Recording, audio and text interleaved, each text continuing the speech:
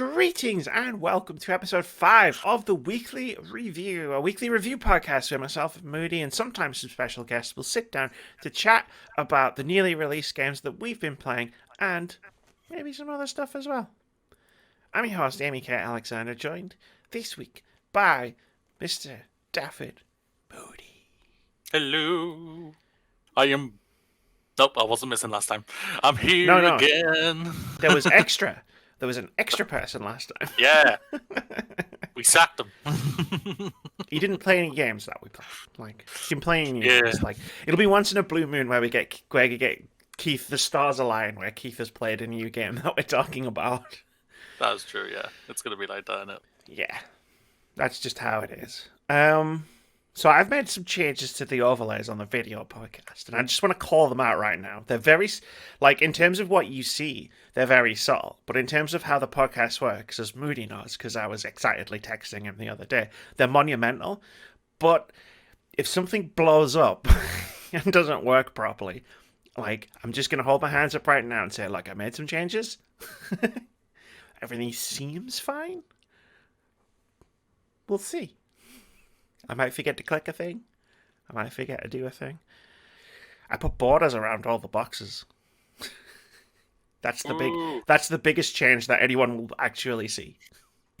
I put borders around the boxes, and I moved the logo. All in a hard day's work for Amy. Yeah. But you might think that's not a lot of change, but I would obviously with the other stuff that I changed, it took me like a good 2 hours to actually put it all together. But people will see like the 5 minutes it took me to draw squares around boxes. We've got a lot of games to talk about this week. We've got 3 main games: Watch Dogs Legion, NHL 21, which is why I'm wearing this jersey, and I'm suddenly realizing that was a huge mistake because it's very warm in here. And Carto. Those are our 3 main games. We've got other games that we want to talk about as well: Spiritfarer, F1 2020, Neon Abyss, Genshin Impact, and Visage. But we'll talk about all of those as we go on. There's timestamps just below in the description below. Or if you're listening to this, there's timestamps in the description of the podcast, so you can click around, find the games that you want to listen to or watch. There'll be gameplay footage on the video and of the podcast from time to time. It's all good. I'd say it's all good. Would you say it's all good? Sounds good to me. Sounds good to Moody. Well, in that case, let's get started, because Moody's played our top billed game this month, and I really didn't, because I really was not in the mood for a post-Brexit simulator. Talk about Watch Dogs Legion, Moody. Watch Dogs Legion is obviously the 3rd game of this trilogy, and everything like that. What you've played before, you are a hacker. You're in the team of I can't remember what they're called now. No offense. Oh, I don't mean it. I had it, and then I lost it. DesCore? No. DedSec. DedSec, that's it. Yeah. I'm not gonna lie, that might tell you where I'm leaning here a little bit. I can't remember the name. Yeah, you're DedSec. You have been called out to be as a terrorist and been framed to be a terrorist and everything like that. And your aim is to now try and bring back DedSec in a new fashion and everything like that. As obviously Ubisoft have pushed many of times for this game, the new concept is that you could be anybody. And to what I can tell, you really can be anybody. Like, I've seen many times where I've looked at a person and it says, I can research them to see, could this be a possible person to join us and everything like that? What do I need to do and everything like that? That concept was a very impressive idea to go with, but I feel at the end it lands like a fart in a hurricane. Oof. So, when you recruit someone, you have to do a quest. Yeah, you have to do a quest to do this and everything like that. But you also have to, for some of them, you have to unlock certain abilities to be able to do this. So, so that makes you to go to explore the world even more and everything. Visually, this game is basic Ubisoft. not high tier of visual fidelity of the Ubisoft. As you would have seen the picture I sent you, Amy, the hair and beards are an abomination. They are not very good at all, especially the beards. I don't know what was wrong with this for this, but the beards looked atrocious. The NPCs or your characters and everything like that do not look the greatest either. It is a very low-res game for me when it comes to visuals for the characters. The world seems like looks like London. I've never been there before, so I can't really comment on it or anything like I that. mean, it does. Like, sorry, I've got the footage playing on Yeah, the screen, and it does. Like, as someone who's visited London many times, it does look like London. yeah. It's. I think now, like I've seen with many people before this, I think I'm now hitting a part for me when it comes to an Ubisoft game that it's like we were talking about when we talked about the new Far Cry coming out. It's Far Cry. It's going to do this and this, and I feel like now I'm at the wall of just it's an Ubisoft game. It's going to do this. It does that. It does this and does that. The game is very basic. Welcome, brother. It's good to see you here.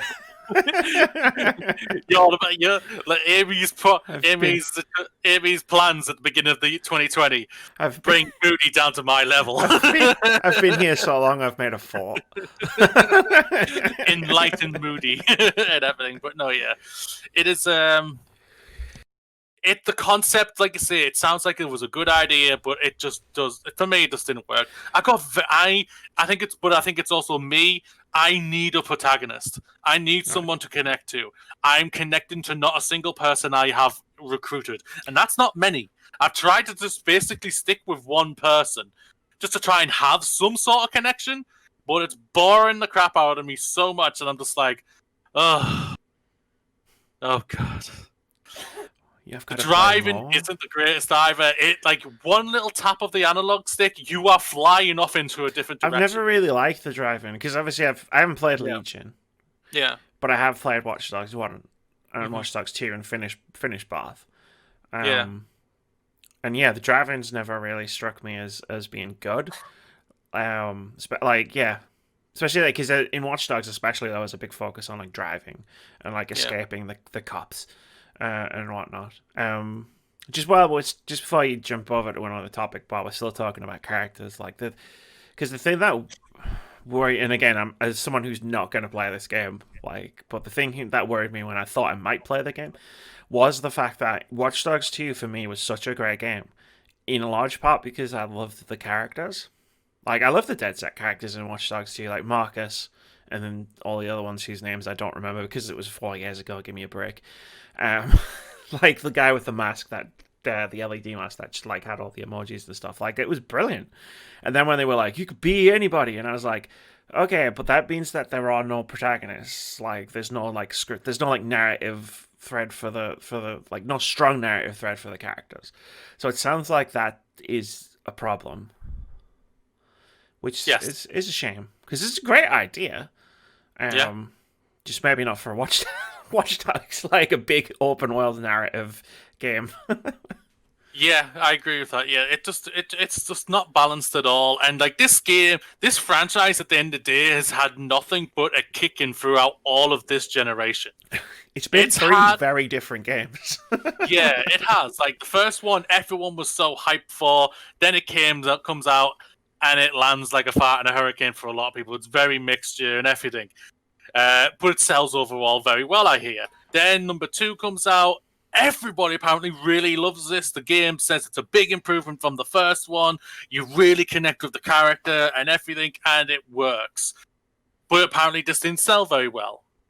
Now they've done this one. They've tried to expand on it, take things what worked for number 2, and try and bring what worked for number 1 in it, and yes, then it's just not working for me. And I feel like I've seen a couple of people speak on like the internet or on Twitter like this. This could be the last one if this doesn't really work, and I really think this could be. The world, like I say, it isn't the greatest or whatsoever. It's not very big. London, it's not a very big world. London as a city is not a big city. Yeah, it's not very big. It's very basic. The missions are like go here, go there, unlock this, spray paint this, join this, and everything like this. And like, even though Ubisoft argue against this all the time, I'm gonna reiterate it here, just for you, Amy, just for you, because I love you. This is a very heavily politically focused game. Very, very heavily focused. You literally opened your review of this game with the group DedSec, who you are trying to revive after they are written off as terrorists, and it's like, cool, like, yeah, if that's the first thing you say when you talk about this game, it's 100. Like, everything else that follows is heavily political. Yeah, yeah, it is. But that's what I loved about too. Like, I love and they'll claim it was apolitical to a T, but I love the approaches it took to certain issues. Especially like because it's basically certain issues present in America because that game was set in San Francisco. Like, and yeah, like it was obviously going to be a big, highly political game. What about like the gameplay and stuff? Like, how's the core gameplay? Is that any better than the rest of it? It's Ubisoft gameplay. Okay. It's Ubisoft gameplay. If you like Ubisoft gameplay, you will click with this. If you are bored with it, you won't click with this. Okay. The enemy AI is stupid. Yay. It is terrible. It's terrible. I've messed up on doing the stealthy parts, and I've just like, fine, I'll just get my taser out and start shooting things. I'm literally walking across the bridge, and the enemy, I've got 4 people in front of me shooting me. I'm like, how am I not dead? You are all aiming at me. I am not dead. You are stormtroopers. You're firing like stormtroopers. It sounds like the scene from Rise of Skywalker where they run through a Star Destroyer and everything's fine. yeah. It's just the enemy AI is very poor. The story is very basic and very bland to what I've seen so far. Like I'll say right now, I haven't completed this game yet. Sure. I'm about 7 or 8 hours in, but what I've played so far, I'm like. So like the different characters. So you've unlocked some different characters, I'm assuming. Yes. Like to build your squad. Yeah. Like, what's the big differences in the game itself? Like each one has a different ability. Like I had to get a construction worker who was able to summon a giant carrier bot to fly over for you to land on it. But then right after that, I was able to start using that from the main character I was mainly using. So like that, the main character was a different character type. She basically, the one I have, basically seems like she can eventually do everything after you've unlocked it from other people. So like you get the construction worker, and that construction worker has got a unique ability, but then another character can use that ability after you've unlocked it. That seems... Because I've used the giant carrier bot a few times with the character I mostly use. That seems like it kind of goes counter to the whole point of being able to recruit anyone, which means recruiting like different characters with different specialities, because it sounds like you're just unlocking skills. So you do a mission and then you just unlock the skill and then you bring that back to your main character. Yeah. So then why wouldn't the game just have a Marcus be that main character, and then like the other things could just be like the quests that you do to get the... Seems really weird. That seems really weird. Like they probably really feel like this is a brand new, interesting concept, but when you look into it more deeper, it is just a lazy, or it's a more expansive way to make you feel like you can stay in this world longer, to force you to unlock these characters in this and get the abilities for that way. But because I'm thinking they're hoping that people don't realize this so much that they're just going to say, oh, so if I want to do this for the construction work, I need this for the construction work. No, you don't. Yeah, it sounds half-hearted. Like, if all the characters were on an equal footing, and it's like, cool, I'm going to go and do this mission where I have to infiltrate Windsor Castle, let's say. Yeah. And it's like, cool, how do I want to approach it? Which character do I want to use? It doesn't sound like it's that at all.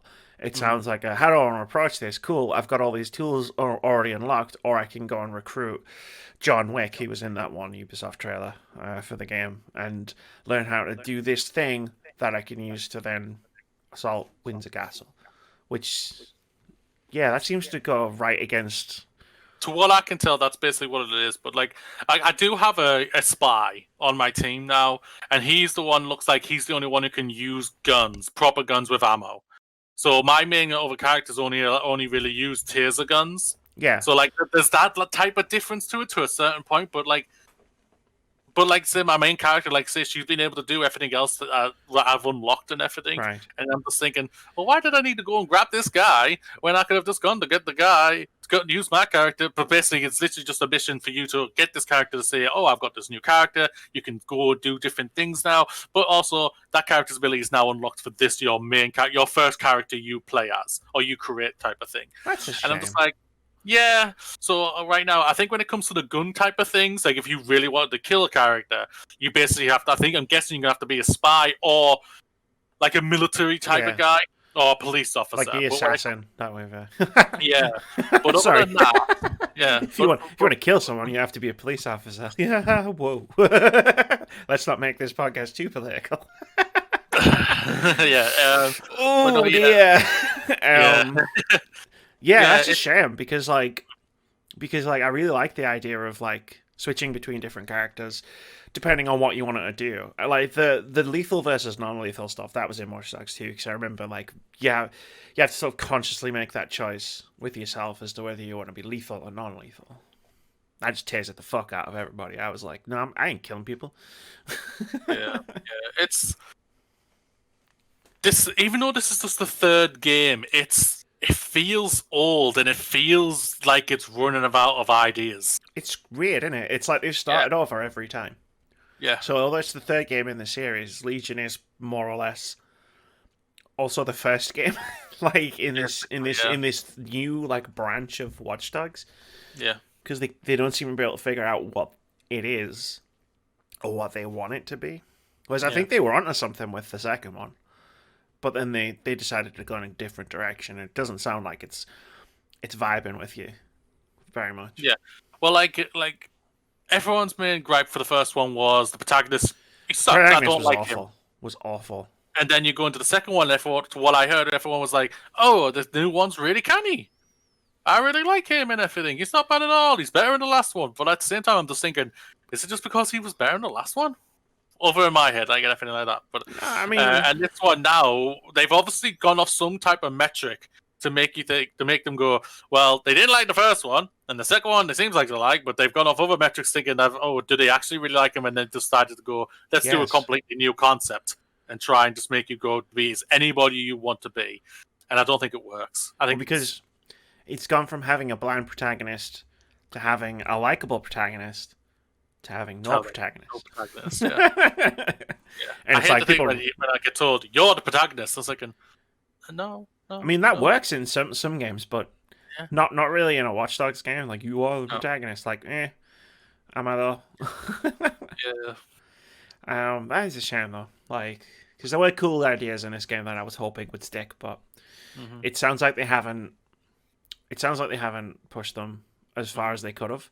Which maybe it was down to just like how complex the ideas actually were that maybe they couldn't push them as far as they wanted to. Yeah. Because this is like it's like the Nemesis system in Middle Earth. It's like this is the first time a game's ever really done something like this on this level. Yeah. So maybe it just needs iterated on. This game is buggy as hell. Oh dear.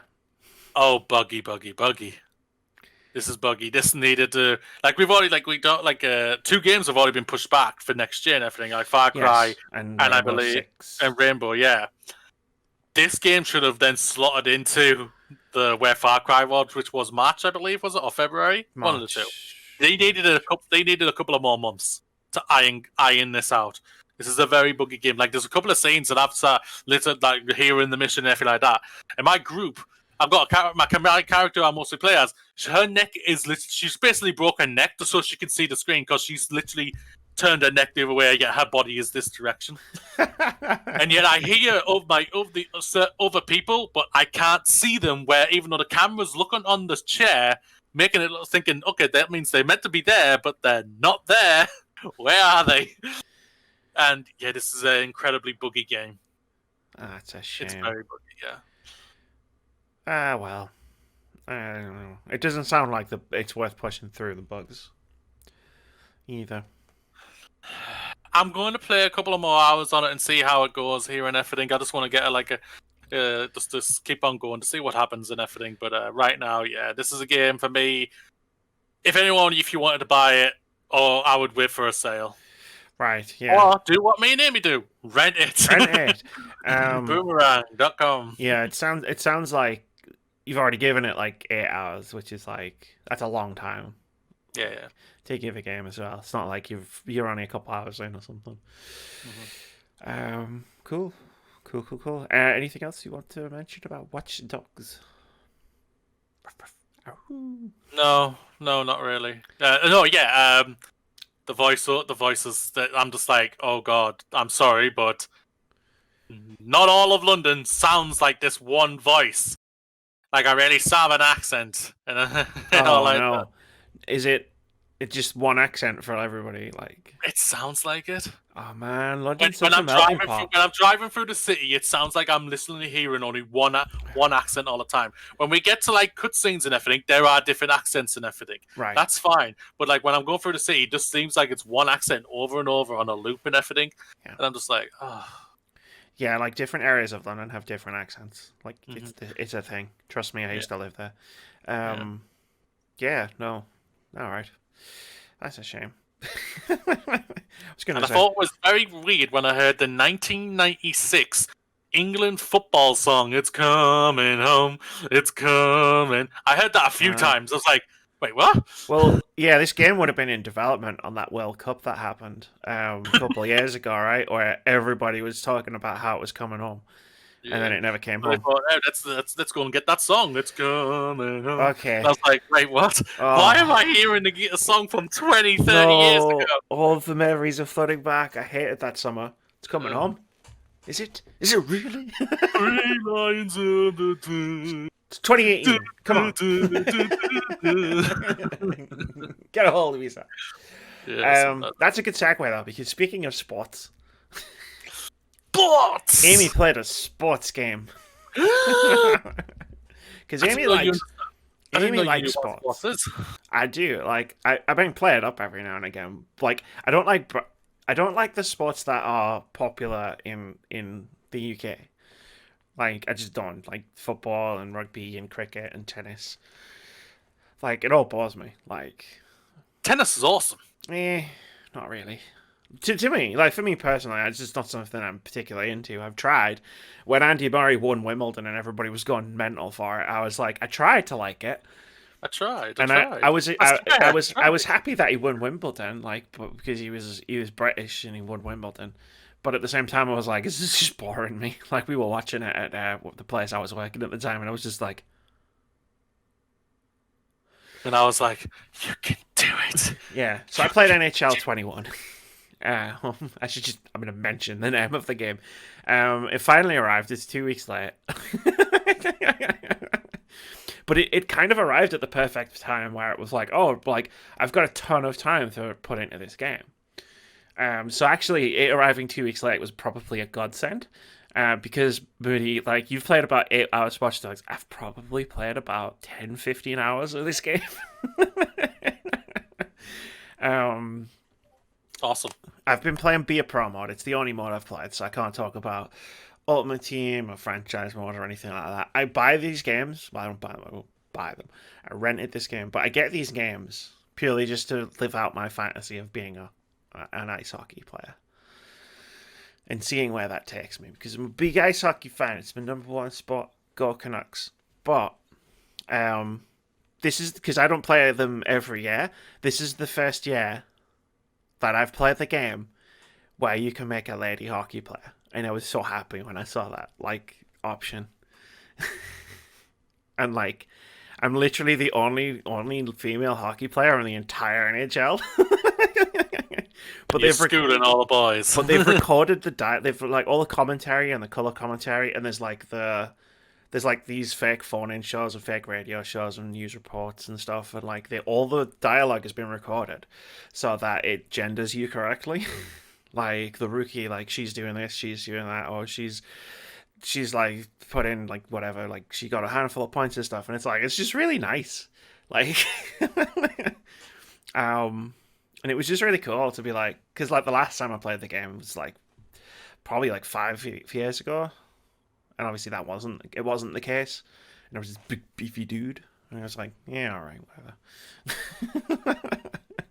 But it doesn't have my surname, because you know how when you can pick the commentary, and you can pick between like the surnames and stuff. It doesn't have my surname, so I had picked Kid based on the fact that I was the kid, right?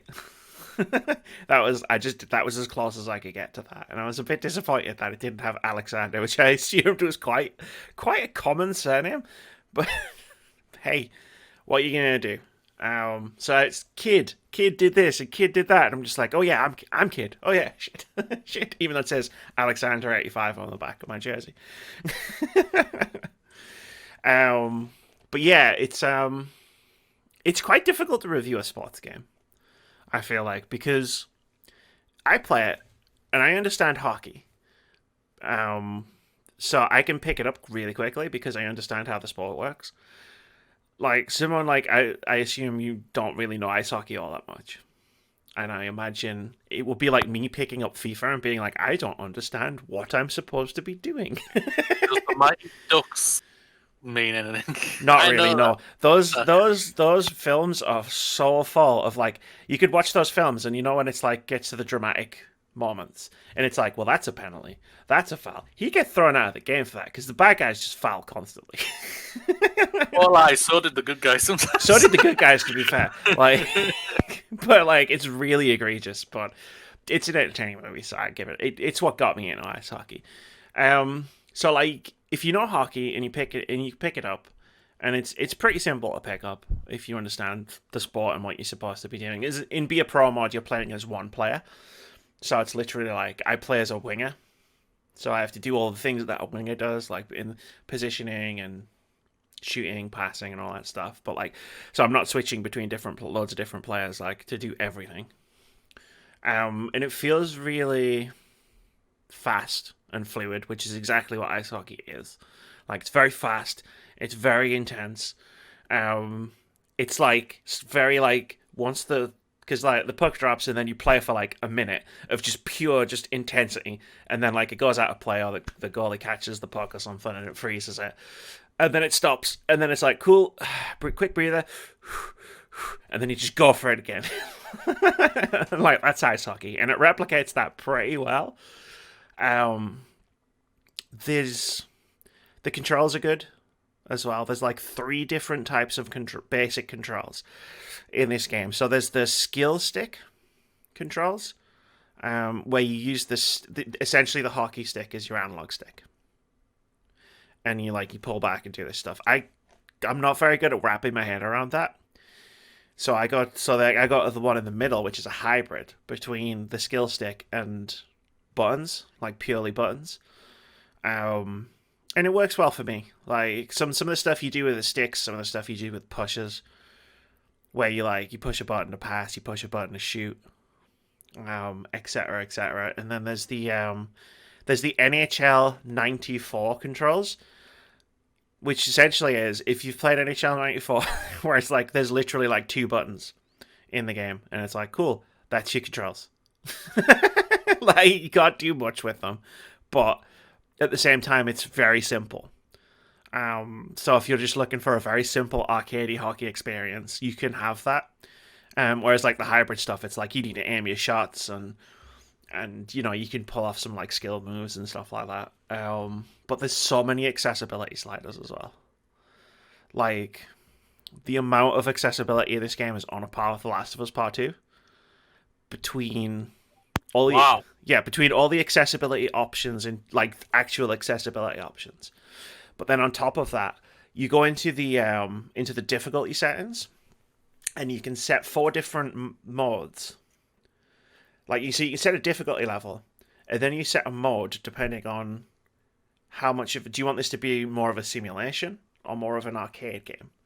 And there's like four different presets that go Yeah. from arcade to simulation, but then you can customize about 50 options. Like So and you can customize each thing individually. So like shooting is a menu, skating is a menu, passing is a menu, like hitting is a menu, defending is a menu, and like you can just really tailor the experience to however you want it to be. Hmm. Like, so I spent like the first couple hours. I would play a game, get a feel for it, and then go cool, and then and then adjust the difficulty sliders a bit. Play another Hmm. game and go cool. Like maybe I'll just tweak some other stuff, and then like you just get it to a point where it's like this is the sweet spot in terms of like difficulty, where it's like I want it. Like so, I'm at a point where it's like I have to work hard to do well, but if I do work hard, I can do really well. Oh, that's good. Um, but like you can turn stuff all the way down and you can turn stuff all the way up. So it's like it's difficulty through equity, where it's like something that's a challenge to me might not necessarily be a challenge to you, for example. But if we were both hockey fans, we could both find the same level of challenge in this game. Because there's just a million options and it's unreal. Like how many options that I found in the menus, like unbelievable. Um, That's fantastic. yeah, like I was so impressed. Just from an accessibility standpoint, like I'm impressed with this game overall. I don't know, like I can't speak to the experience of coming from NHL 19 to NHL 20, NHL 20 to 21. Sorry, because I never played 20. Um, but like as someone who's jumped into the series for the first time in years, it's like I'm seriously impressed with what's here. Um, and like the Be a Pro experience itself is just really interesting. You start out as a rookie in the junior league, and you play 4 games of like a Memorial Cup, and like how well you do in those games determines where you'll end up getting drafted. And then you get drafted, you play the preseason games for that team, and then that determines where you'll end up. Like if you'll end up on the team, if you get sent to the minors, where you end up on the team, and then you play through the season, and you've got all these sort of bars for like different. So like Yeah. I got a bar for the for like lines. I started off on the second line because it's like the 4 attacking lines, Yeah, I know what you mean. and then like as I was doing better, that bar was going up, and then it ended up ticking over to the first line. And then you have this cutscene where the coach comes over and it's like, "Cool, you've been doing well, so I'm promoting you to the first line." And there's like ones for like all the different special teams and stuff. Like my penalty kill bar is 0 because I'm just really bad at defending. And they're like, "Cool, if we ever have to go short-handed, you're never getting on the ice." So if my team takes a penalty, I'm just like for 2 minutes, which is fine by me because I am a player maker, not a player stopper. Um, The best defense with Amy is a good offense. the best defense is just to shoot. Wherever I am, I'm just gonna shoot the puck. Um, there's skill trees and all sorts of stuff like that as well. But there's this weird thing where it's like, so I signed a contract, like it's just a basic standard entry level contract. So like I'm gonna play 3 seasons as essentially a rookie before getting my first like big contract. But there's like a salary perk thing, so you get your skill trees, and you like every now and again you get skill points, and you can boost all your different skills. But those skills are also constantly changing. Like so, if you're on the ice and you score a goal, you get a bunch of XP to your shooting. If you're on the ice and you do a bad pass, you lose a bit of XP from your passing. So like depending Yeah. on what you're doing on the ice, your skills, your bars will always be changing. There's specialties which are cool. So you get like 3, and you unlock these slots, and like they're very niche sort of skills. So like I unlocked one which was my shot accuracy and shot power goes up in the last few minutes of a game. And there's all sorts of like, so it's like you get higher bonuses than you would with skills, but in specific circumstances. So like yeah, like in the late game, it's like You know, I can score a bit easier in the last few minutes of a game. So it's like if we're losing a game and it's like, okay, I'm gonna go for it because it's the last few minutes and I can shoot a bit better. Clutch player, I think the specialty was called, but there's a lot of them.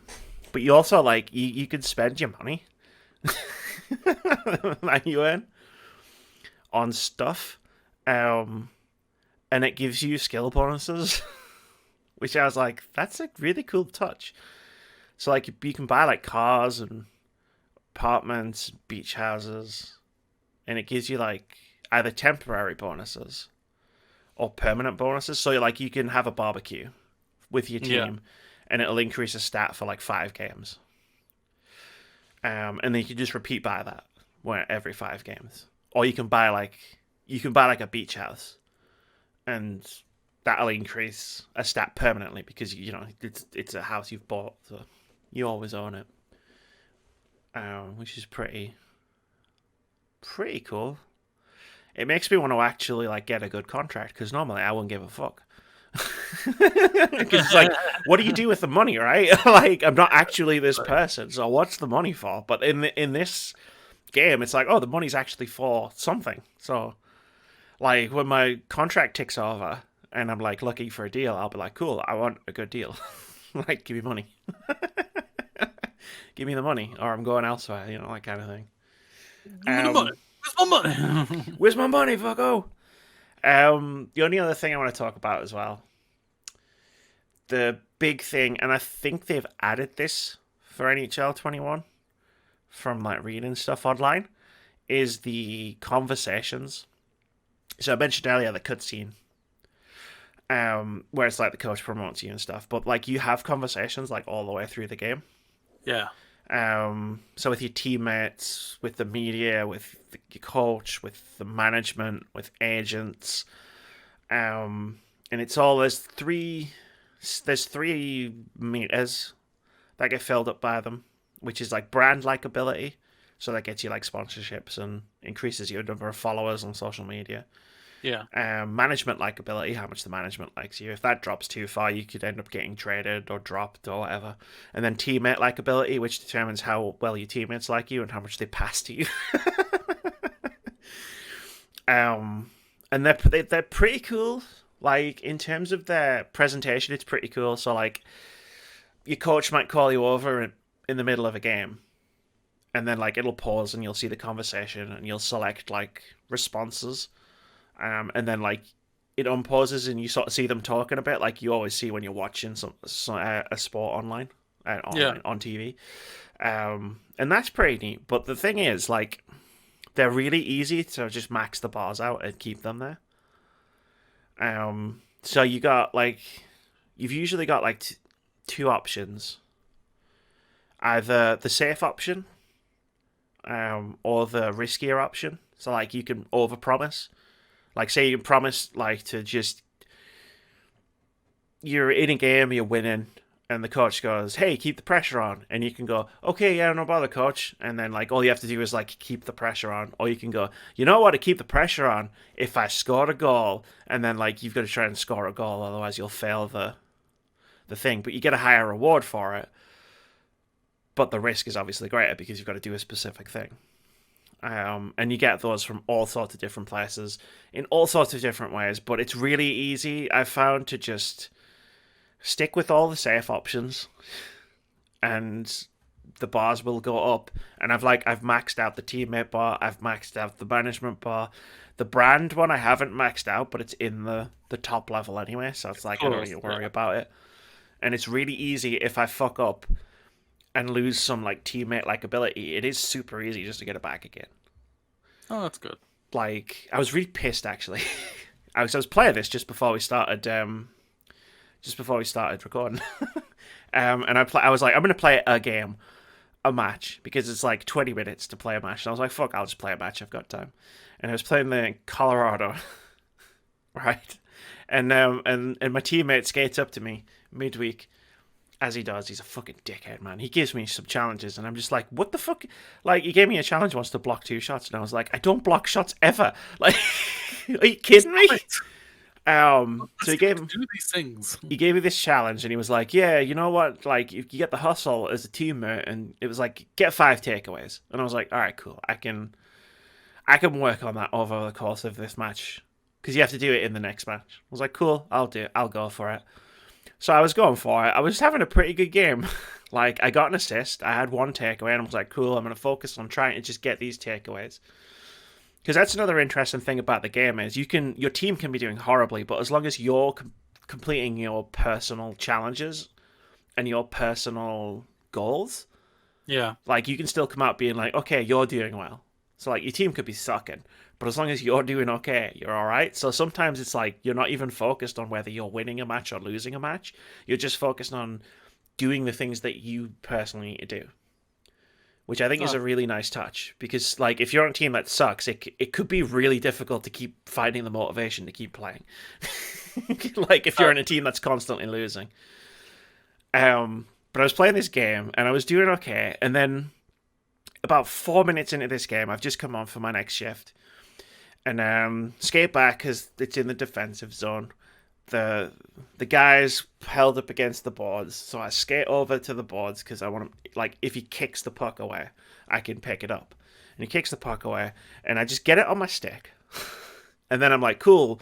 Now I'm just gonna skate up and try to get past into the middle zone, and then I can just dump it in because like all of the players will be coming for me, and then like I just got the thing, and I wasn't even focused on anything that was happening around me. I was just like, get the puck, move, and I got the puck, and then from out of nowhere, like this human-shaped rocket in a Colorado jersey, just fucking like he's coming at me with like the force and fury of the Terminator, and he just fucking blasts me against the board.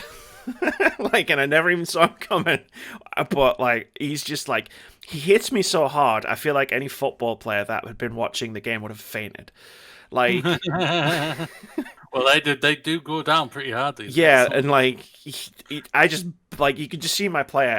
I didn't have footage of it because, like I said, I just did it. But you can see my player just bounce off the board, hit the deck, and it's like, cool. A fight broke out because like it does because it's hockey. One of my players took exception to the teammates took exception to the fact that I got fucking annihilated. And then the fight happens at the end, and it's like, all right, cool, you're injured, and I'm like, yeah, I could understand, like how that would have injured me. Just went through the wall. I just almost got put in. I was almost in the stands, like, and it's like, all right, cool, like you're injured. You can sim the rest of the game, or you can watch it. And I was like, I'm not going to sit here and watch a game, like, so I just simmed it. We lost. Go figure. We were losing anyway. And then, but again, it was only 4 minutes in, and I simmed it, and then I was like, oh shit, like, you know, I only played like because it was like 4 minutes in. I must have only played about 1 minute and 20 seconds of the actual match. And then, like, it gets to the cutscene, and the guy comes up to me and he's like, yo, what the hell? You're letting your team down by not doing this challenge that I set you. And I was like, some dude nearly snapped me in half. I barely played. What the fuck? I died and came back while you were losing. Like, yeah, I respawned after the game. Like, what the hell are you talking about? So, I'm going to keep playing because I'm enjoying playing this career of this hockey player. Yeah. So I'll probably like add on like little updates at the end of each podcast where I'm just like, hey, so I did this, or hey, that happened. Like, I would like to win the Stanley Cup. Well, that's good. That's good. I'm happy. I'm happy that you enjoyed it because you were a bit trepidatious because obviously it's a sports game. They are very hit and miss, Yeah. up and downs all over the place basically. And yeah, it's I'm glad it's really clicked for you. And That's especially really the way I play them, where it's like I am because I do the thing where I get into them every few years. It's like if I pick a bad year to get into a sports game, like that's it for another few years, right? So if next year's is bad, you're gonna be like, I'm out. So no, so like I'll play this one, and then it'll be like NHL 24, let's say 25, which will be the next one I pick up. And if that's a bad one, I'm not gonna play another one anyway until like NHL 29. So it'll be like from 21 to 29. I'll be like, well, fuck, like. Because yeah, I don't buy sports games annually. Like, no, fuck that. But I'm really loving this. Like, it's really enjoyable. Like I say, I've only played Be a Pro. I haven't touched any other mode. I doubt I will, to be honest. I'm literally here for one experience.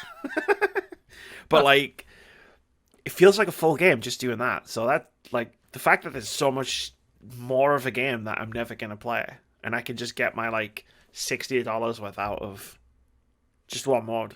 I think that's pretty cool. That is pretty cool. No doubt. That is pretty cool. I'm glad you enjoyed it, like I say. Is there anything that hasn't worked for you on it? Or is it 'cause you Yeah, I haven't got drafted by the LA Kings. I hate the LA Kings. Like, the team that drafted you? like I just hate them. Really, I don't like them very much. And I won't lie, I would be the same if I got signed by Newcastle United. I'd be like, yeah, nah, it I like retire. it kills me a little bit when it's like we're doing well, and it's like, yeah, but it's I don't it's like conflicting. Like I don't want them to do well, but I want me to do well. That's fair. Like we played the Canucks and we beat them, and I was just like, yay! But also, oh man, it's like the one game I would have been like, if we lost, I would have been like, yeah, it's fine. I'm okay with that one. That's okay. I'll take that loss. Like, hopefully, when it's time for me to like sign a new contract, I can just fuck off to Vancouver. Don't Very tell them. Very good. Yeah, the conversation thing's a bit of an annoyance because I don't think it's like particularly impactful. Like it's nice. It's a nice addition, and the little cutscenes you get are quite cool. But it doesn't really do anything. It's not on a level of the story modes in like FIFA and Madden, which is fine because I didn't want them to be that, because I, like you were saying, like you are the protagonist in Watch Dogs didn't work for you, whereas like in this it's like I want to be the protagonist. I want this to be my avatar and be like, cool, I'm doing these things, not whatever the name of the guy from FIFA was, where it's like that's cool, but that wouldn't be the experience that I'd want from FIFA if I was a football fan. I'd want to be, this is Amy Alexander, the footballer. The better version of me. I wish I was a hockey player instead of a games podcaster. That would be awesome. To be like an NHL player. But alas, I'm just a games podcaster. Indeed. Yeah. But I've got you. You could do worse. I could. And I have before in the past, so. And no one. I've had so many co-hosts. No one will know who that shade at. Ha. No, not Keith. But you and me have played a game as well. Yeah, we did. Yeah. Do you want to talk for a bit? Yeah. What is it? How do you say it? Carto. Carto. Carto. Yeah, this is a game that was on your radar before mine and everything, and I saw the trailer, and I was saying, "Oh, that's really." Just from the trailer, I was my first words were, "That's cute. That's adorable. That's an yeah, right. Like I think you saw it because it was a Summer of Gaming thing somewhere. Yeah, and I saw it, and I think you were like, "Oh, that's really cute," and I was like, I saw the puzzle mechanics and how the map worked, and I was like, the gameplay looks sick. Yeah. And so we saw like two different. It's weird how we saw the same trailer but saw two different things. Yeah, you saw puzzle mechanics look awesome. I was like, that's cute. That's adorable. And in defense, I think we were both right. Yes, I'll say that. Well, thank you Xbox for putting this in Game Pass, because I wouldn't have bought it. I wouldn't have bought it at this time. No, I don't think I would have actually bought it either. Yeah, so thank you for that. But yeah, this is it's a quick synopsis. The main character basically starts playing around with the world that a parent, I believe, a father. It's like Granny. It's Granny. Granny has created, and because of what happens, because of what she does, it kind of falls apart, and she's basically trying to rebuild, also trying to get back to her granny. Yes. That's the basic simple synopsis. Yeah. I think that's the best way to say it. You do it by like navigating different places, and like you pick up tiles of the map as you're going, and then you go into the map and you can arrange those tiles however you want, as long as they're fit together. So like you Yeah. can't back up water onto grass. Like it has to be grass onto grass. Hmm. Um, or like forest into forest and stuff like that. So it's like Yeah. it's really interesting how you like you're slotting all these pieces together to like unlock new parts of the map. Like the very first puzzle in the game, I feel like was like was really interesting, where you meet the guy and he's like, "My house is east of this other house. Can you take me there?" And I was like, "Ooh, I don't know." And it took me like 10 minutes to realize, wait, I can just pick the tile up and put it to the. Oh yeah, that worked. Yeah. Yeah, it does. Yeah, it's really canny. Like the puzzles are very intriguing. Some simple, some are not. I'm stuck Yeah. on one right now, How which is far really into the annoying. game are you? I'm on the part. I haven't gone back to it since we last All spoken, right, so I'm on the cool. part that you, I believe, you said you just got by, Because I which finished is it. the forest part. Which is the forest part. Yeah, I haven't gone back to it yet. I So played it all that night, and yeah, that I had to look up one of the puzzles oh, towards the yeah, you very cheated. end, You and cheated. I saw the solution. Right, I executed the solution. I still do not understand why that worked. Like I couldn't figure out what I was supposed to do, so I looked it up, and I went, "Cool." I still don't know why that Wow. is the solution. But it only happened once. It only happened once towards the very end of the game. Well, that's alright. It gets pretty mind bendy though. I can believe that. I can believe that. The dialogue, I really enjoy some of the dialogue. What we've seen so far with the characters she's meeting up with. It's like you've completed. I have not yet. I've really enjoyed what I've played so far. It's a beautiful little world. The concept is very intriguing. I really do like the concept of like you creating the world of formula and puzzle play in a place in it and everything. I do Yeah, really enjoy that. I think it's a very smart and unique way to create a game, and it's really well done. Your character's a silent protagonist, which is not doesn't bother me. not quite. Carto communicates with emojis, like which I think is just brilliant. So that's so she's this generation. It's Yeah, emojis. she's what is it after millennials? It's Gen and Z. Said it. Yeah, she's just Gen Z. Which, to be Yeah. fair, as a millennial, I do that a lot. As Moody can attest. I just sometimes communicate entirely in GIFs or emojis. Yeah. I just do the thumbs up half the time. Yeah. No, it's brilliant. It's a nice game.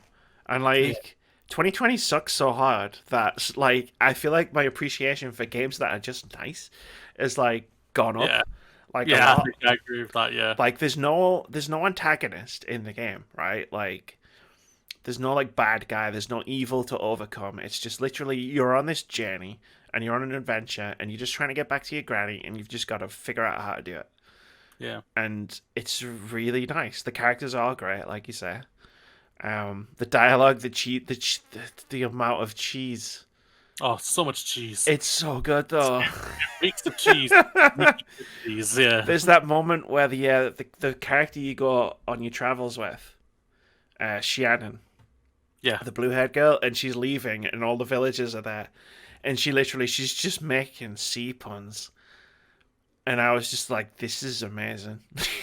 I mean, it's terrible. The jokes are terrible, but they're meant to be. That's the they're thing meant to about be it. terrible, and it's just like I fucking love this.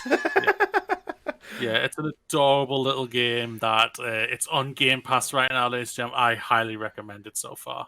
Yeah, it's got a really good heartfelt story, like all the way through. It's almost like a series of short stories that ends up interconnecting as you're going, like, because you're going from place to place to place. So you visit the different places, and each place has its own story. They're all really good. It's connected via this thing that Moody hasn't seen, and I don't want to spoil anyway. There's a place you get to go to partway through the game with lots of books. That's all I'll say. That you keep coming back to, which is really cool. And then, like, the end, like, the final puzzle is fantastic when you realize what you've got to do and how it's just like, yes, this is like a perfect end of this game. And there's a post-credit sequence as well. Sequel. Maybe. I don't know if they'll make a sequel to it, but it is just like it's a nice wrap up to the game. Because the game's a lot about friendship and just like bonds that you form and stuff. I mean, it's just nice. And the puzzles are really good. And sometimes you get really stuck for a bit, and then you get unstuck. On YouTube to find it. And then you get so stuck on one puzzle, you look up the solution, and the solution doesn't make sense, but you put it in and it works, and you go, okay, cool. Bye. Oh, yeah. Yeah, it's just like we've got the gameplay up right now, and it's like I'm just literally looking at it, and you can see it's currently I'm doing one of the puzzles, like tilting, like spinning the things around. It's just like that's it. It's so great, and it's great the way it makes you think about what someone's asking you. Like in any other game, if someone says my house is east of that other house, can you take me there? You would go, no problem, and then you would just take them there. Like you would just walk there with them. Like follow them, and maybe they'd have some dialogue or whatever. And then in like this game, it's like no, you pick the piece of map up, and then you put it down in east, and then it's like, haha, gotcha. It'll be like you're looking for a goat, and it's like, oh, the goat's in the middle of the white bushes. Yeah, and it's like cool, like okay, and then you think about it in Carto's language, and it's like, all right, cool. So if I take all of the tiles with the white bushes, and then I arrange them so there's a gap in the middle. Bing! Like, the thing appears that you're looking for. And I'm just like, that's so smart. Like, Carto does one thing, and one thing only. That's its entire thing. But it does it really well, and it iterates on it really well with all the different puzzles. Mm-hmm. Like, the complexity goes up as you go through the game. But it's never overwhelming. And that's what I really dig about it. Yeah, and it sounds like going off what you've played, it doesn't outstay its welcome, so which is good. No, it only got to a point. Like I say, it only got to a point where one puzzle really got me. Which is pretty good in a game that lasted me probably like 4 or 5 hours. Your mileage will vary depending on how fast you solve the puzzles, obviously. You're giving me too much credit. No, that's why I always hate giving out, like, it took me X hours to complete this puzzle game, because it's like, everybody's going to complete it at their own pace, right? This isn't Resident Evil where everyone's going to complete it around about the same amount of time. Within an hour, yeah. Which I'll be doing soon. Yes, you will. Moody's back on the speed running, everybody. So that's it. Do you have anything else for Carto? It's an adorable game, ladies and gentlemen, with how crazy and pain in the ass of 2020 has been. Give it a try. Yeah. Like it's charming. If you've got Game Pass, give it a try. I seriously recommend buying it, to be honest. If nice, adorable, and puzzle tick your boxes, it's probably not that expensive. And if you don't, you heartless bugger, play it just so you can get a heart. Yeah. Yeah. So those are the main games that we were talking about this week. Yeah. So let's have some catch up on other games that we've been playing. Mine are new, but also I don't really have much to say about them, and you'll find out why after Moody's talked about the games he's played. Well, one of the games is an ongoing game that will never be completed. And that is the one I would like to start with one. And that's obviously Codemasters Formula 1 2020. Oh, good. I don't have footage of this, so I don't need to do any transitions. You don't have footage of this? You can't get the trailer or anything like that? Oh, no. Really? Oh, bless you. Like I've said on multiple times, Codemasters has pushed out the boat for this game, never compared to what they did last year. Unlike previous F1 career modes, or career things, they've really, by adding in the one little concept. Are you waving at me? I'm just fanning myself. Sorry, I'm warm. I'm wearing a hockey jersey for some reason. It seemed like a really good idea at the beginning of the podcast when I was talking about hockey, but then it's like, oh dear, this was a terrible idea. Yeah, so like I was saying, on many occasions, one new concept added to a game can really refresh a game. It happened with the Assassin's Creed franchise, where I added in the RPG elements with Odyssey and Origins. It really did flush out the games and made it just that little bit better, and it just worked and everything. And obviously, they made the combat better as well. For this one, just by adding in a new My Team, where you've created a whole team, basically taking the concept from that simulator game on PC, the motorsports game. Motorsport Manager. I've played that. Yeah, It's a good game. I have it. I have to reinstall it for my new PC. Yeah, they've took that little concept of that you create your team. You are the owner of this team. You have to create resources. You have to sign the driver. You have to design the car to a certain point. Different colors for it and everything like that. Get sponsorships, etc., etc., etc., and obviously developing the car, getting an engine manufacturer. So you obviously have the choice of Mercedes. Congratulations for your 7th World Championship in the world constructors, 7 times in a row, ladies and gentlemen. Ferrari, Renault, and Honda, Honda will not be there in 2 years' time. As they're leaving us. But yeah, it's just somehow revitalized the game, because even though I enjoyed last year's game, it just felt like it was a copy and paste from the game year before, which was, I felt very disappointing. But I just still the old roster update release. Basically, yeah, it really was. It came across it for me. Even though they added in F2 last year, it wasn't a big enough leap for you to go, yes, this is what we've been watching. Because you only drove 3 races in F2 last year, but they expanded it for this year. You can do a whole season in F2 this year, which I think is incredible. And work your way up to F3. I was going to say, that sounds like this career mode, where it's like you've got, like what I was talking about with NHL, where it's like you start in the minors and you go up. Well, that's just the normal career mode. Like I say, for my team, like I say, you're doing everything, you're creating everything. Hopefully, there's some expansions I want them to do for next year, like for you to properly design your car, where your car's the same shape from as always. You can't change the front nose. I was like, oh please, I want to change the nose and make it look like the Mercedes, for God's sakes. If what's the team? The Pink Panthers can do it. I can do it. I can make my car look like the Mercedes and be powerful and everything. But no, yeah, I think they're going to expand. I'm hoping they will do that next year. The combat, the driving is just as good as ever. It's kind of like Activision's Call of Duty. The gameplay is buttery smooth. It works. They're not going to change it up because it just works. We know it. It's the same for the F1. Just like for your NHL, this one really structures itself when it comes to its difficulty. And I'm like, I keep changing it up and up and up for me, thinking, all right, I'm winning too many races here, and I shouldn't be. I need to be higher up on it. And I've found that balance now where I am competitive, but I'm not going to, I feel like with the level of difficulty I have it right now, I'm at a midfield team level, which I really, really like. I'm in a good battles and everything. I get out the way when Mercedes are flying past us all and saying, see you later for our 8th title next year. And it's a beautiful looking game as well. It's a visually very beautiful game. Really, really, I love this game. It's one of my favorite games this year. It really is. Like They've took what they've learned from last year and they've made a better game, which I really, really am happy for. It sounds like both of us are going to have sports games in our Game of the Year list. Oh, yes. I declared this one 8 years ago, months ago when I was playing it. Like I said, they fine-tuned everything else in this game.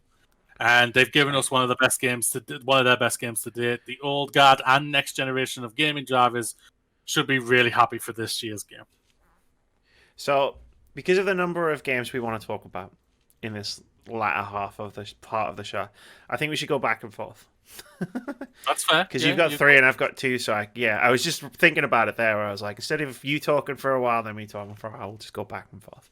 Yeah, I don't want to stay off and bore people, that's fair. No, I mean, it's not, no, that's not what I'm, why do you always have to make something into an insult? It's like when we were playing Among Us last night, I wasn't targeting you specifically. I was just trying to win. You happened to be the person. I died 3 times in the first round. Only one of those was. All right, I wasn't the imposter in any of those rounds. Only one of those was my fault. and it was because you were at the toilet for like 15 fucking hours. I had Um, to chat with my mum. yeah. So the next game I want to talk about is Visage. I think I mentioned this on the podcast last week. As being like the horror game I was really looking forward to because, like, you know me, I like horror games. I like scary. I want to play a horror game and I want to be scared. And Visage looked absolutely terrifying in the gameplay trailers. And maybe it is, but I'm going to be honest, I've spent an hour and a half wandering around a mildly spooky house. Bored. Because, like, so it starts off, right? And you're in this house, and it's spooky, right? Like, it's unnerving, and it does a thing a lot of good horror movies and horror TV shows and horror everything does is like, although it's a massive house with like a weird layout and lots of rooms, it's very recognizable because it's a house. Like, I live in a house. You know what I mean? Like, so it's like, okay, cool. I'm in this familiar environment, but also it's dark and I'm alone and like I hear noises and sometimes the lights go out and the door might shut and it's like, okay, cool. This is making me quite nervous and I've got to like push through and explore to find things. And that's really where it starts falling apart. So when you open the game, like it's very clear this game is very difficult. And I'm like, all right, cool. So it's gonna be like it's gonna kill me a bunch. Like I'm fine with that, right? Like I play Yeah. games all the time where it's like I die, I play Bloodborne. I'll just say that for fun. And then so it's like, okay, it's gonna kill me a bunch or something. But no, the difficulty comes from as I was learning when I was reading about the game after I played it, and I was like, I've clearly missed something here. And I was like, no, I haven't. So I spent like an hour looking for a handle to open the attic because there was footsteps in the attic. And it's like, I mean, if there were footsteps in the attic and I was in the house, I'd leave the house. But this person wants to go and check it out, and I'm like, all right, cool, it's a horror game. Protagonist throws idiots in horror, and I couldn't find anything. I couldn't find a handle to open the thing. Like, and it's because the game has no hand holding, but it also has like no explanation of what you're even supposed to be doing. So even to get as far as figure out I needed the handle for the attic, it took me bloody ages. Like it's like I've got this key, cool. I passed the door. What needs this key? So I opened the door and then I walked in and I was like, cool. There's nothing here. Like I opened the drawers. There was another door. It was jammed. Bollocks. There must be somewhere else that needs this key. So I wandered around the entire house. And I was like, there's nowhere else that needs this key. Right, cool. And I'm getting a little bit frustrated now. But I'm like, cool, well, I've only opened this one door, so I'm going to go back in. I'm going to go do that, right? There's got to be something here. And then I just literally, I did the adventure game thing. I literally, like, rubbed my character model against everything, clicking the mouse everywhere. Until I found out that you just pull one of the sheets down, and there's a mirror. And then you look at the mirror, and you're like, oh, it's a mirror. And then you turn away, and then you turn back around. It's gone. Whoa. And then you go back out, you go outside, and then you like look down the hall, and you're like, "Ooh, that door wasn't open before." And I was like, the horror's starting to creep back up. I'm like, I'm scared again. Like, I was thinking, we're off to a false start. It's fine. like False negative, yeah. yeah. So I go through. I'm like, I'm in this living room. The TV static's blasting, and I'm looking around, and I'm like, cool. I'm spooked. This is great. The mirror's in here, so I pull the sheet down. Poof! The mirror disappears. But I look up because for some reason this living room also there's a balcony above it, and it's like I look up and it's like there's a light flashing, and I'm like, cool, I was up there before. That light wasn't flashing. I'm going up there. So I go up there, and I'm fucking terrified, and like the whole hallway's dark, and it's like, uh-oh. So I'm like, ah! Run down the hallway with my eyes closed, and I mean I literally. In real life, I closed my eyes and ran. And then I get there and it's like, the mirror's on the balcony. Ooh, this is cool. And then I pull the sheet down. And the mirror's there, but this time there's like it's reflecting like a room I've never seen before. And the character goes, "Ooh, it's showing me a room." And then it goes poof and it disappears again. And I've got a key for the basement. And I'm like, "Oh, I'm on the basement. Oh, shit's gonna go down now." and that's Go down. and that's when the footsteps happened above my head, and I looked up, and the character was like, "There's someone in the attic." And then I was like, in like I was clicking the mouse, but I guess in game terms, I was literally looking up the attic, going, "Yeah." And then the character does the thing where it was like, "I need to find something," and I was like, "Cool, I need like a hook or something. I'll go and explore the basement." And I spent the next hour exploring the basement, getting more and more bored because I was like, I can't find a hook anywhere. And I've explored this entire place 4 times. And all of a sudden, everything that was like making the game really spooky is now just making it really annoying. Oh. Like, it'll just be like, I'm looking around here, and like a bang, a light goes off. And I was like, oh, for fuck's sake, fucking. And then it's like, get the light switch, flick the fucking thing. I'm trying to find a fucking hook here. And then it'll be like, crash, the door closes, and I'll be like, yeah, whatever, and I'll just open the door. Like, again, and it's just like, for fuck's sake, man. The chime that plays when something spooky happens will sometimes just play, but I'm looking in completely the wrong direction, and I'm just like, oh, fucking hell, man, I haven't got fucking time for this.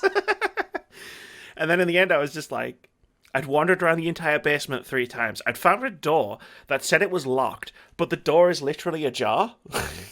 And it's like, you need the garage room key for this door. And I'm like, I can see into the garage. Like, how is this locked? Oh, I give up. And I just gave up. I was like, oh, fuck this shit, man.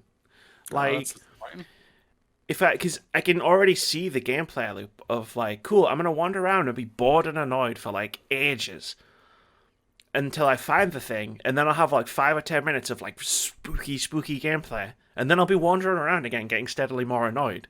And I was like, I don't have time for this. Like, I don't want to make time for that kind of experience. Super annoying.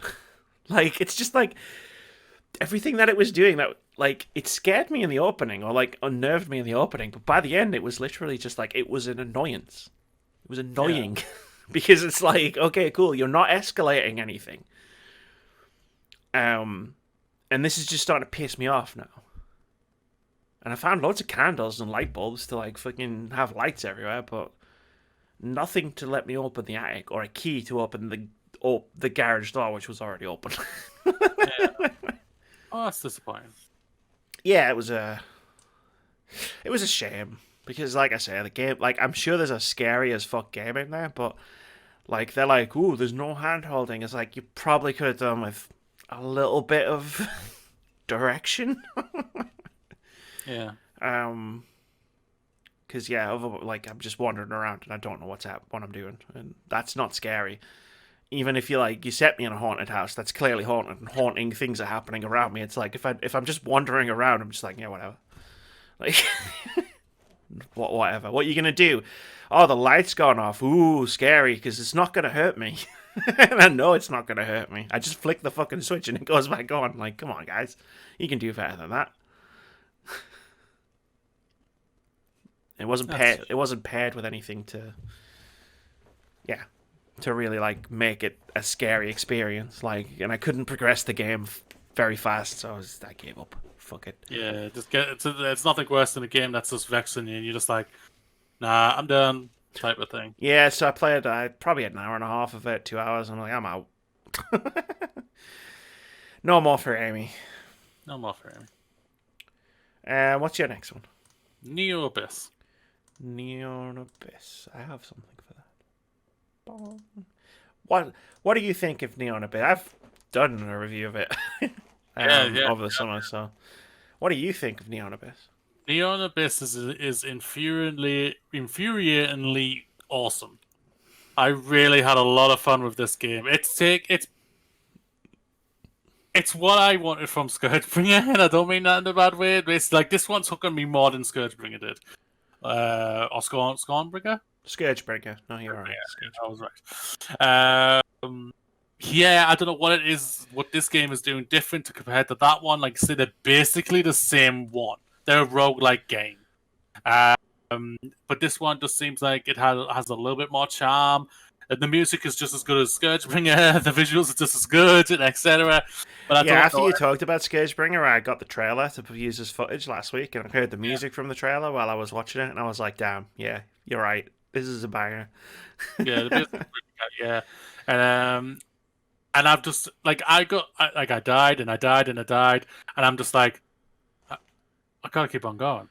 Yeah, Just had to 100%, keep on right? going. I just kept on going, and that's what it was. And that's why I don't know what, like I say, don't know what it was about Scourgebringer that didn't get me to do that. Like I say, the gameplay is different. Obviously, Yeah. that one is a combat one. This one is a shooter, and I Yes. think it's maybe that. If I may, Go on. try and offer, as someone who's played a shit ton of Neon Abyss Hmm. back over the summer, um, obviously there's different weapon, like it's fun to like all the different weapon types and all the different dudes that follow you around, the eggs that hatch and follow you around, and obviously all the different unlocks you can do. Like they all create like a very unique run each time because it depends on the things that you find as you go on. But what I said in my review about why Neon Abyss grabbed me in a way like a few roguelikes have this year is because it doesn't care if it makes you overpowered. So like in a normal roguelike, if you find an ability, you generally have to swap it for a different ability, right? Yeah. In Neon Abyss, if you find an ability, you add it to the all of the other abilities you've got.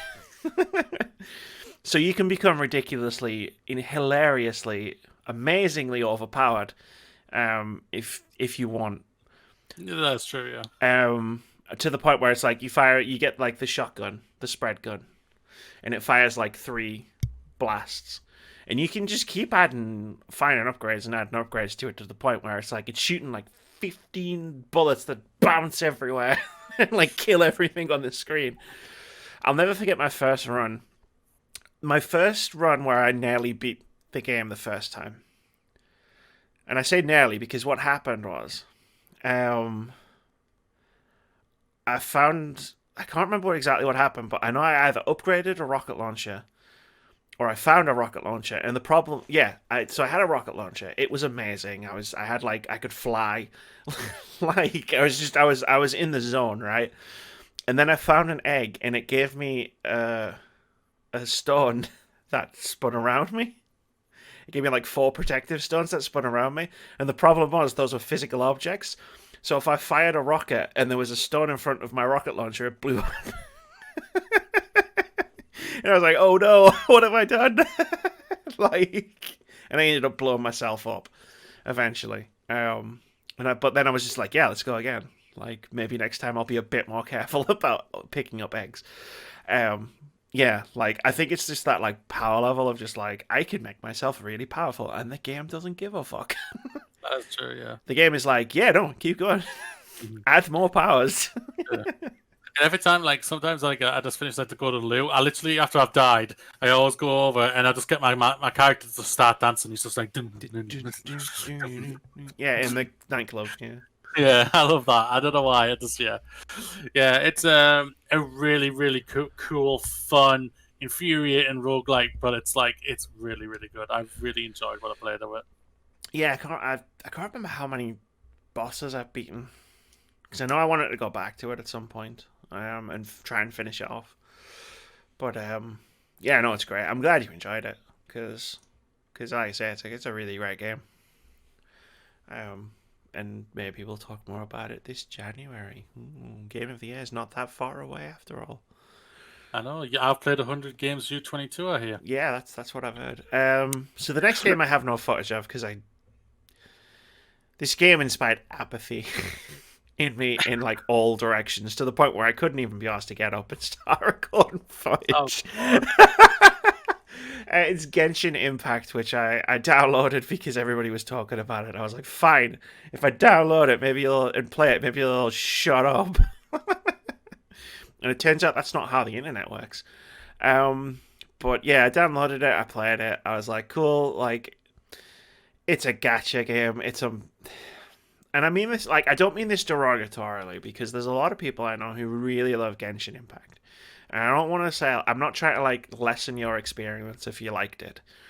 I just found it really boring. And like I could tell within the first 20 minutes, 30 minutes of playing the game, like that I wasn't gonna enjoy it. But I still Yeah. played it for like 4 or 5 hours. um, it's just so boring. Like it's just a mobile game that got promoted to PlayStation 4. Um, essentially, like it's an action. It's pretty much just an action MMO, to be fair. But it's not an MMO. It's like at least it wasn't when I was playing. I never played them. I never got to a stage where I was doing multiplayer or anything. I was just progressing the story. It's like a live service game. Um, and what happens is you have a party of characters, and you just go around doing quests. There's a story. There's a dragon flying around, fucking some shit up, and it's like you have So to go to Skyrim. these. You have to go to these temples, and God, no, it's nothing like Skyrim. You have to go to these temples, and you have to like defeat some bosses, and that's going to help you defeat the dragon somehow. I don't know. Something anime. And like I did all the temples, and I was just like, I want to give this a good go.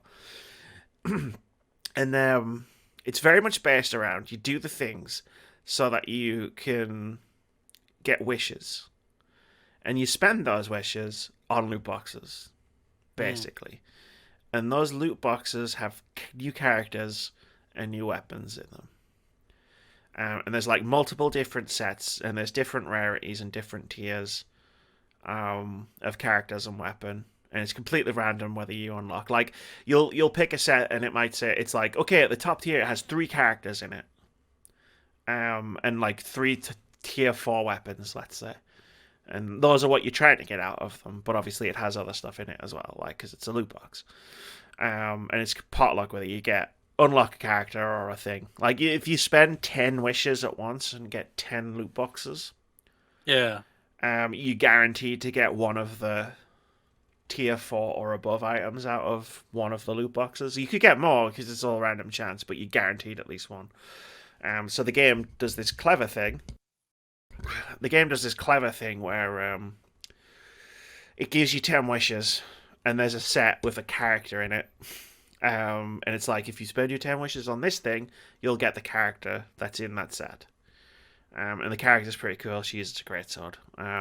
You have 4 characters in your party that you switch between at will, and they all do different stuff. So I had like one that fired a bow with fire, and I had the one with the great sword, and I had the starting character who I kind of, because I was still trying to figure the game out, and I just kind of dumped way too many resources into leveling this one character up. And this character's weapon, because I was like, oh cool, I can just level up, and I hit level up, and I just fucking spent everything leveling this one character up, and then I was like, oh, I probably should have leveled all my characters up. Oh no, oh well. So like, it got to a point where I was like, you're supposed to switch between the characters and use synergies between like fire and cold and water and this and that, but because I had one overpowered character, so if I played the game properly, it was kind of frustratingly difficult. And if I just stuck with one character, I'd just go swish swish, and the enemy would die. I was like, Swish, swish. I kind of fucked myself a bit here, but Sounds like like it. I can see how the game was supposed to work, and it is kind of interesting. But again, like all of the progression in terms of like unlocking new stuff is loot boxes. Like it'd be like if, because we play Apex Legends, or we did before Among Us came back. Sorry, it'd be like if there was no battle pass in Apex, so the only way to get stuff is from the loot boxes that you get every now and again, or you buy them. And to me, I was just like, nah, you have to grind out quite a bit to unlock 10 wishes, because you ideally want to use 10 at a time. Yeah. And the gameplay like was just not great. Like I downloaded and played it at the beginning of the week because I was waiting for the new games to come out, and all the new games were coming out like Thursday, Friday. That I was wanting to play. And it turns out NHL 21 arrived on Thursday, and I fucked all those games off and played that.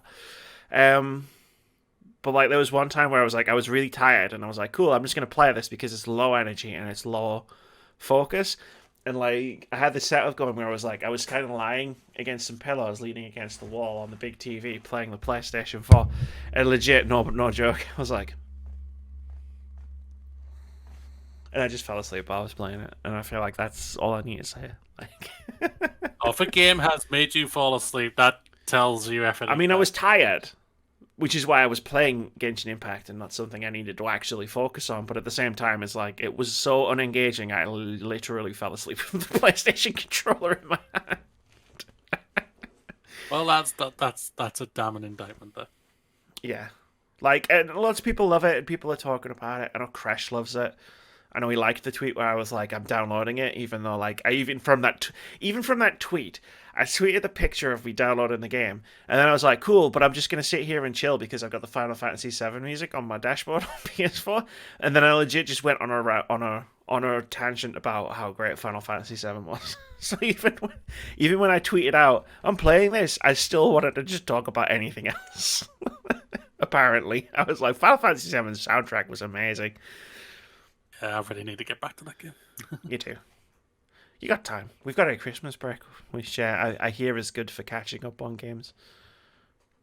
That's true. Final Um, game. yeah, you've got one last one. One final game. I've already played it before. Well, I haven't completed it though, but I basically continued what I was playing before, and that's Spiritfarer.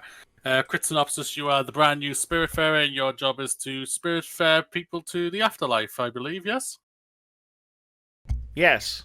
Yes. Okay. That's all I'm going to say about it. This game is an absolutely beautiful. Visually is beautiful. I love the art style they've gone for this game. It's a side scroller. I really enjoy that, but it's also a builder where you're building vegetables, houses, kitchens, the whole shebang, basically, to feed all the people you're going to be faring between the afterlife and etc. You're going to be on an adventure, going from one end to and collecting people, collecting resources. It's a really, even though it's a very hard topic, basically, you are It's a death. person of death, bringing up her. Yeah, basically, it's about death. I sat back and I just chilled and I just played along with it, collecting resources, speaking to the very colorful characters, Hugging them. Hmm? Hugging them. hugging them. I said it's got Yeah, a hug button. I've said this all fucking year since I played the demo last year. Game has a hug button, dude. You can just hug people. yeah. 2020 needs a big old hug. 2020 needs a hug button. So, yeah, I can't really say much more than that. It's just like it's a really, really good game. It's on Game Pass. It's a great switch your brain off game as well, but also it's got some deep themes, and I'm sure like I don't think I'm anywhere near where you finished off at. I know you haven't finished it, but No, I haven't.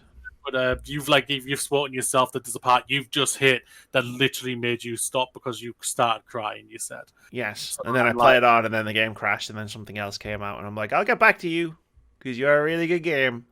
even though you broke my heart and everything. Yeah, Yeah, but no, like, have you taken anyone to the Death Star yet? no, not yet. No. Okay, cool. Like, then I won't say anything else. But yeah, it's like I keep getting distracted because I've got the gameplay on OBS on the right hand side. I keep getting distracted by it because it is beautiful. Like, like, and I'm like, oh my god, it's so pretty. To like, no, like it's gonna be there or thereabouts game of the year. Like, it's gonna be on my list somewhere. Like, it's a fucking phenomenal game. Like, it's gonna be on my list as well. I've literally only like done like one character, like taking one character to through the Death Door. I know there's like 8, I think, overall in the game. I don't know if I'm ready, like, to do that like multiple more times. But we're gonna find out because at some point I am gonna obviously finish it because it's like I have a list of games to finish like from 2020. And I know I won't get to them all, but like Spiritfarer is at the top of that list right now. In terms of like games I want to actually complete because it's just such a wonderful experience. Like, it's about death, and it is incredibly sad in certain moments. Like you said, like I told you, like the game made me fucking weep to the point where I walked away from my Xbox and I went outside. and then I hugged I my moved. and then I Yeah. hugged my family. Like that's how much the first like thing affected me. Um, but it is like it is whimsical, and you're on an adventure, and it's not a depressing game. Like it handles the theme of death really, really well. Um, Unlike a game that I talked about last week that shall remain nameless. Um, like it's like yeah, it's on Game Pass. If you don't have Game Pass, get Game Pass. If you don't want to get Game Pass for some reason, buy the fucking thing because Spiritfarer is a fantastic game. And I'm really happy that I've had an excuse to talk about how much it made me cry. Because I said at the beginning of the year, Fantasy Game Critic episode 1 during the draft, I'm drafting Spiritfarer because it looks amazing and it's definitely going to make me cry. And I was right. She did. She did. It gave me a shitload of points and it made me cry. Well, we've had a good discussion with a lot of games today this week. Yeah, A yeah. lot of games, yeah. I warned everybody when we started this new podcast, and it was an hour long for like the first few weeks. I was like, it's gonna get longer because more games are gonna come out, and we're gonna play shitloads of stuff. We're gonna get other people in. Yeah. Well, I think soon, like next week, is a quietish week for us, isn't it? Yeah, next week, I've got a couple of games on my mind to go back to try that I missed. Yeah. Tell me why. Maybe I've got that labeled for Christmas break.